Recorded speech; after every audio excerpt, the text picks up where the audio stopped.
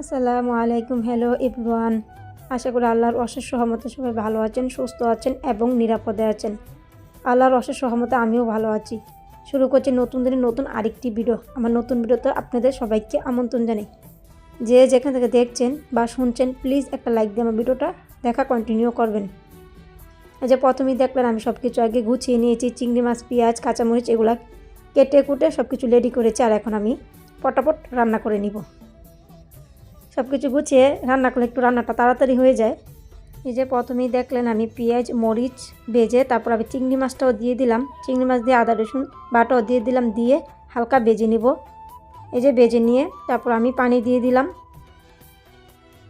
এই যে পানি দিয়ে একটু নাড়াচাড়া করে তারপর আমি লবণ, মরিচের গুঁড়া, হলুদের গুঁড়া দিয়ে সুন্দরভাবে মশলাটাকে আমি কষিয়ে নিব।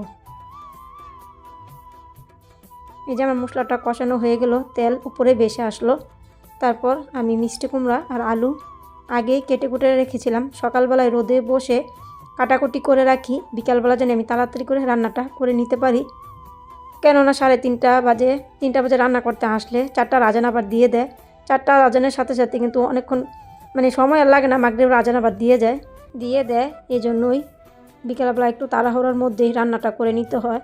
এই যে আমি পরিমাণ মতন ঝোলের জন্য পানি দিয়ে নিলাম। পানি দিয়ে আমি তরকারিটা বসিয়ে তারপর এই পাশে আমি মাসকলার ডাল রান্না করব। এই যে মাসকলার ডালটাও আমি হালকা কুসুম গরম পানি দিয়ে এক সাইডে মেখে রাখবো। আজকে আপনাদের সাথে আমি শেয়ার করবো খুব সহজে চিতই পিঠা বানানো, চিংড়ি মাছ দিয়ে মিষ্টি কুমড়া আর মাসকলার ডাল রান্না, এগুলো নিয়ে আজকের ভিডিওটা সাজানো। দেখতে থাকেন, আশা করি একটু হলেও ভালো লাগবে। যারা নতুন আমার চ্যানেলটি ভিজিট করেছেন, আমার ভিডিওর কোনো অংশ, আমার কথা বা কাজের কোনো অংশ যদি আপনাদের কাছে ভালো লেগে থাকে আর আপনারা যদি এরকম লাইফস্টাইল ব্লগ ভিডিও দেখতে পছন্দ করে থাকেন, তাহলে আমার চ্যানেলটি সাবস্ক্রাইব করে পাশে থাকা বেল অপশনটি প্রেস করে অল বাটনে ক্লিক করে রাখতে পারেন, যাতে করে আমি ভিডিও ছাড়া মাত্রই আপনার কাছে নোটিফিকেশন পৌঁছে যায় আর আপনাদের মূল্যবান সময় করে আমার ভিডিওটি যে কোনো সময় দেখে নিতে পারবেন। যে আপনাদের সাথে কথা বলতে বলতে আমার মিষ্টি কুমড়া তরকারিটা হয়ে গেল। এখন আমি ধনিয়া পাতা দিয়ে দিলাম। আর আরেক পাশে দেখলেন আমি চাপা শুটকি বাঁশপাতা চাপা শুটকি টেলে নিচ্ছি। আমি ভর্তা বানাবো। আমি তো লাস্ট পর্যায়ে গিয়ে আমি চিতই পিঠা বানাবো, এই জন্য ভর্তার প্রিপারেশনেও নিয়ে নিচ্ছি। আর এই জায়গায় মাসকলার ডাল রান্না করব, এই জন্য আমি চিংড়ি মাছ দিয়ে মাসকলার ডালটা রান্না করব। সব মশলা দিয়ে কষিয়ে নিয়েছি। আমি কিন্তু মাসকলার ডাল এভাবে রান্না করি।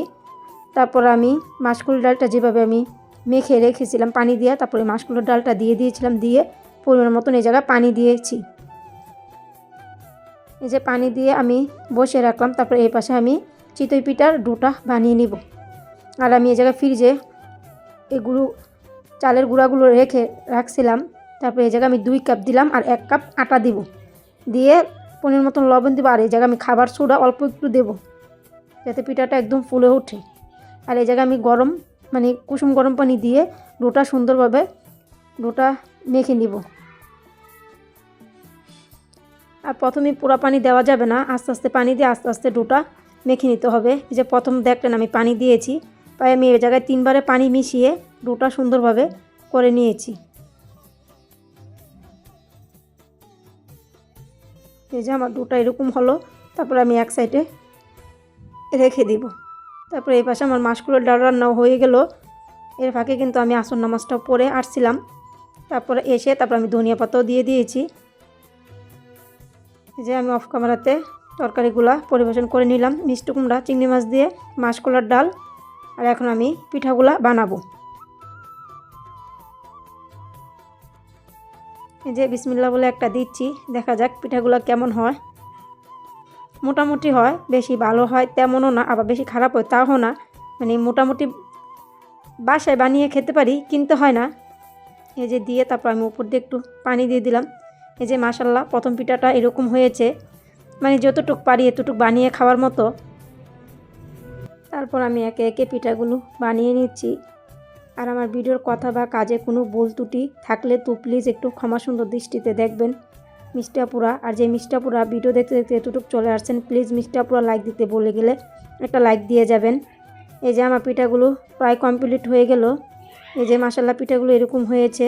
আর পিঠার সাথে এই জায়গায় 3 পদের ভর্তা বানিয়ে নিয়েছি। 2 পদের শুটকির ভর্তা আর 1 পদের ধনিয়া পাতার ভর্তা। আমার মেয়ে ধনিয়া পাতার ভর্তা পছন্দ করে, এই জন্য আমার মেয়ের জন্য ধনিয়া পাতার ভর্তা বানিয়েছি। এই যে পিঠাগুলো এগুলা বানানো হয়ে গেছে, এগুলো আমরা খেতে চলে যাব। আর লাস্ট পর্যায়ের পিঠাটা আমি দিয়ে যাব। এই যে এটা ছিল একদম শেষ পর্যায়ের পিঠা, এটা দিয়ে আমরা খেতে চলে যাব। একদম ভিডিওর শেষ পর্যায়ে চলে আসলাম। পরবর্তী ভিডিও দেখার আমন্ত্রণ জানিয়ে শেষ করছি আজকের মতন ভিডিওটা এখানেই। আল্লাহ হাফেজ, আসসালামু আলাইকুম।